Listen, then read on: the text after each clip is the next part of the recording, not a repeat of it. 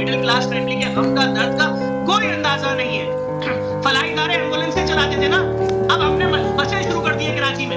हमने प्रोजेक्ट का ऐलान किया, हम फ्री बस सर्विस चलाएंगे। हम चलाएंगे सरजानी से लेकर टावर तक, हम चलाएंगे सोराब कोट से लेकर कायदाबाद तक। क्यों?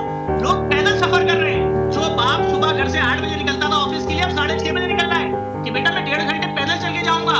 जो बाप नौकरी करके अपने बच्चों के पास शाम 7 बजे पहुंच जाता था, रात 9:30 बजे पहुंच रहा है, पैदल घर आ रहा है। बात ये हुकूमत को सोचना पड़ेगा, लोगों को रिलीफ देना पड़ेगा, नहीं तो इतना बड़ा कब्रिस्तान बनाएंगे